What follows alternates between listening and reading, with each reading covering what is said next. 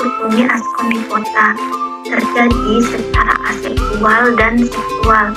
Pada fase aseksual, ascomycota uniseluler yaitu dengan pembentukan tunas atau blastopora.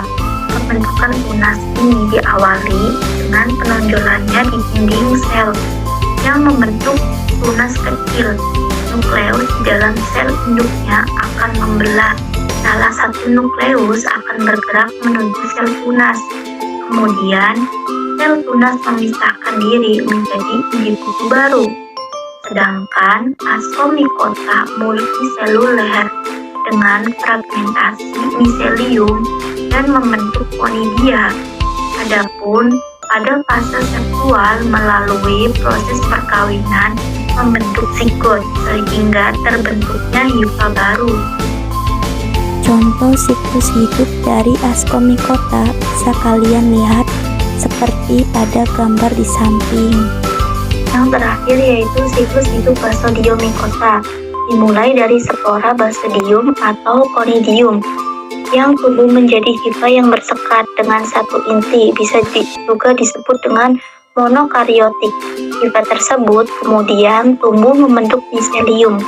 Hifa-hifa yang berbeda bersinggungan pada masing-masing ujungnya dan melebur diikuti dengan larutan masing-masing dinding sel. Kemudian inti sel dari salah satu sel pindah ke sel yang lainnya, sehingga sel tersebut memiliki dua inti sel dikariotik. Sel dikariotik tersebut akhirnya tumbuh menjadi miselium dikariotik dan selanjutnya menjadi tubuh buah atau bisa disebut juga dengan basidiokarp. Basidiokarp memiliki bentuk seperti payung. Pada bagian bawahnya terdapat basidium yang terletak pada bila-bila atau bisa disebut juga dengan lamela. Masing-masing basidium memiliki dua inti. Kemudian dua inti tersebut mengalami meiosis dan akhirnya terbentuk 4 inti haploid.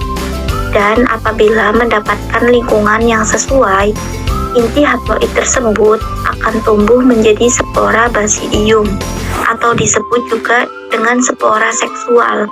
Begitu seterusnya, membentuk siklus hidup Basidiomycota. Contoh dari siklus hidup Basidiomycota bisa kalian lihat seperti pada gambar di samping.